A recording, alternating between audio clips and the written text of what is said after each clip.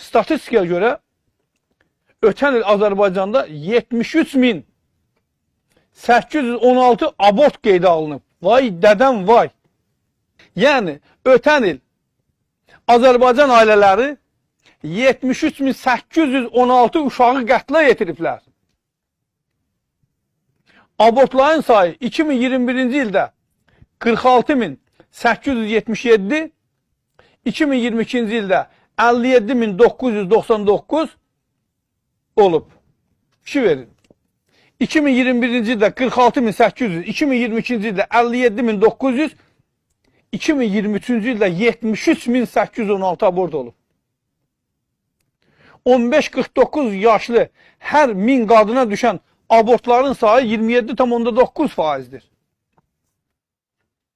Dünyada ən aktual problemlərdən olan abortlara münasibət müxtəlifdir.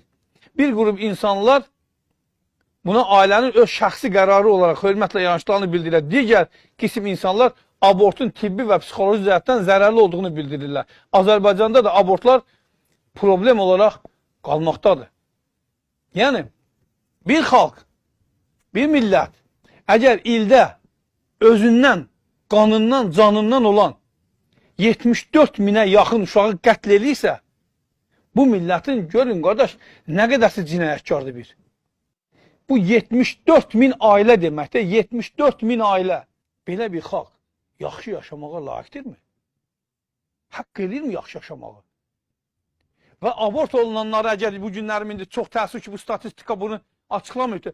Əgər araşdırma aparırsa, bu abort olanların içərisində böyük əksəriyyəti qız uşaqlardır. Çünki niyə? Ailələr qız uşağını sevmirlər. Bədəvi ərəbin doğulandan sonra bastırdığı qızla bədəvi Azərbaycanlının doğulmadan abortla qətl elədiyi şey eynidir, hadisə eynidir. O bədəvi ərəbdir, bu bədəvi Azərbaycanlıdır.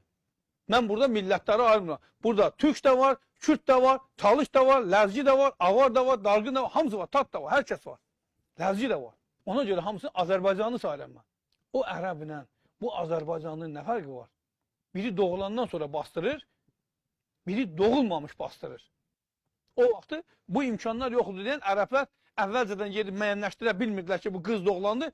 Ona görə gözləyirdilər ki, doğulsun, bastırsınlar. Amma bu günlərim elm texnika elə inkişaf edib ki, uzu ilə baxırlar və müəyyənləşdirirlər ki, bu qız uşağıdır və s. Getdi, anası ağladı bunu. 3 aylıq, 4 aylıq, 5 aylıq uşaqları canlı uşağı qətl edir. Və bununla da Azərbaycan xalqı yaxşı yaşamaq istəyir. Deyir, Allah niyə bizə belə zülm eləyir? Bizim millət niyə belə zülmə məruz qalır? Bax, zülmə məruz qalmağımızın başlıca səbəblərindən biri budur, dostlar.